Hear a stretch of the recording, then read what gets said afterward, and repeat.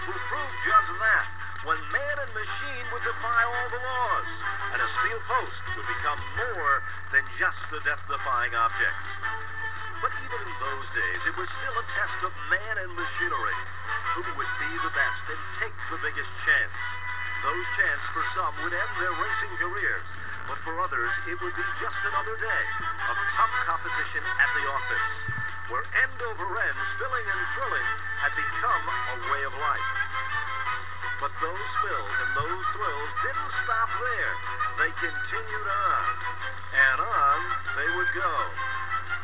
For some days at the office, it was just too tough for man to comprehend. But for others, it was just another day of trying to beat the odds. But now, in the 80s and the 90s, the competition proved even greater. The speeds were more intense. And for Phil Bartol, the excitement and the thrill of the spill was still there. But that was just the beginning, as man could still walk away. As the cars got stronger, so did the speed and the excitement.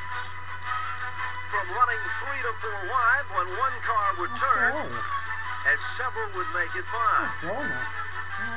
From getting airborne, grenading, heading through the smoke, and not sometimes making it. The spills of a delayed reaction, where man and machine could slide, fly, bounce, and sometimes stop, even back on their wheels. But the speeds grew to be even more intense, and the competition proved to be more competitive. But hitting the wall at a ton was all part of racing. And as always, some would make it through, but others would not, as they would face the destruction of equipment. The King Richard Petty showed that even the best in the circuit could do a pirouette spin. And the competition would squeak by, and some would go for a long, safe ride down through the infield. And fire, the most feared thing of them all, would become a part of racing. At Daytona, this fiery situation would be one that many would remember for many a race to come. From Daytona International Speedway, the fires and the destruction of man attempting to get away from perhaps the biggest feared thing in motorsports today. And there was the most unbelievable crash of them all at Daytona, when the King Richard Petty literally almost went in the grandstand. Somehow would walk away from all of this. And what an unbelievable wild ride it would be. But the King had surprised a lot of folks, as he would return to perform in even more big events in Winston Cup racing. But still, it just wasn't the super speedways that had this fun. There was more fun on even the short tracks, like this impressive balancing act that took place at Oxford Plains Speedway in Oxford Plains, Maine, where the field would scramble by with the exception of one. And how about running wheel to wheel and hitting at a ton at the Thompson Speedway in Thompson, Connecticut. And Davey Allison, who now flies at the front of the field, flew through the center of the infield at Daytona in a ride that he wouldn't forget. Up, up, and away, down, and underway. Heavy action on pit road, but it was Davey Allison who would drive back to the pits. Quick Pittsburgh would prove to be the difference. And what about Wild Bill? A wild ride for Wild Bill Elliott. And that wasn't the only wild ride of the day. From Daytona, it looks good from the outside, and just as bizarre from the inside, as the end result was a lot of wrecked equipment.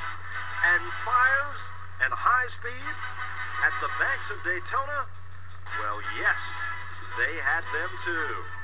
And what about leaving the draft? Not the way that you intended, as a pirouette spin would cause this chain reaction, taking out several of the front-running machines. But changes like this were not a part of all events, as a red flag would stop one and begin another form of destruction. Through the smoke and the melee, no place to go, can't see who's going where. The end results was more badly wrecked equipment. And how about trying to make it 3 wide Up on two wheels, more like a thrill show than a Winston Cup event. Back down on two, back down on four, when suddenly there was more. And how about four cars spinning simultaneously? One car on its roof down in the grass, literally digging up the green.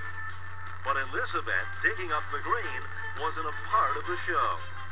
And how about trying to see where you were heading when the front was bent? Or how about holding on to a spot, then bouncing off the wall and trying to maintain it? The wall might have been tough, but not as tough as this situation could be for some. Two cars down to the inside, one up wide at Daytona. But the frustration will show on some driver's face. And a barrel roll like no other. Classic end over end with nothing left. But somehow the driver will walk away. And how about spins in reverse and spins forward? But they all seem to make it okay.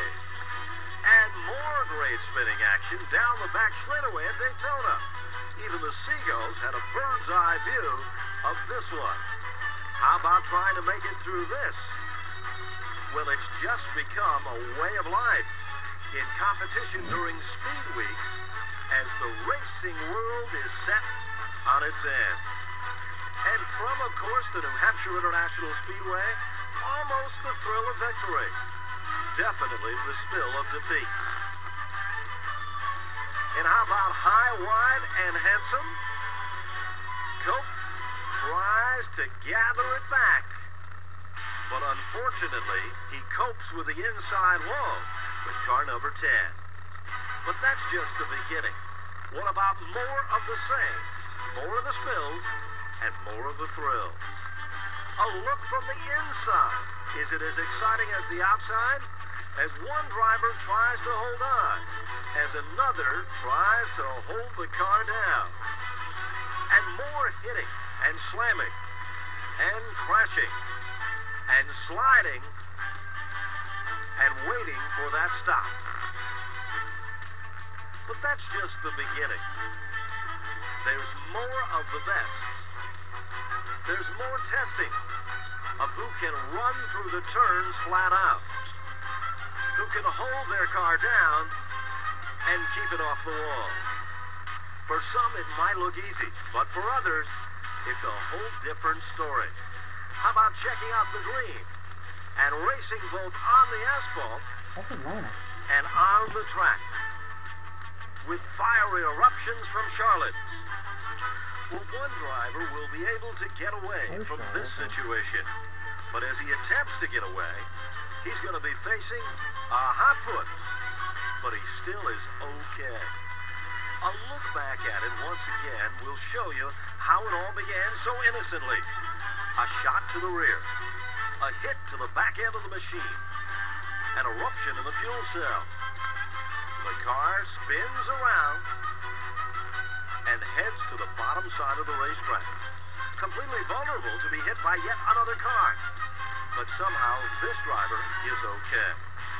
And back to more great super speedway competition. It was more spins, more smoke, and more melee. Imagine trying to see and get through all of this without hitting somebody or something. And even though this looks so simple, you can see at these speeds, hitting the wall can make your car a full size to a subcompact. How about hitting at these speeds and then sliding out of control some 100 feet? The King Richard Petty would run well on the outside, but not that well, as he'd have to use a cushion of another Winston Cup friend. Four cars spinning, backing and thrashing, but still somehow they're all okay. And how about stepping out of the draft just for a moment, swapping a little bit of paint, feeling the power of the horsepower and the bumps of the pavement, running evenly matched. No real problem here. Well, too soon to call. Then everybody got backed up, and even a veteran like Earnhardt shows that being one tough customer still might not be tough enough, as some would make it and some would not. Now imagine if you had the opportunity to do it all over again. Well, we do. It looks so harmless when it all begins. But from something as harmless as a spin erupts something as disastrous, with smoke and racing equipment destroyed beyond recognition.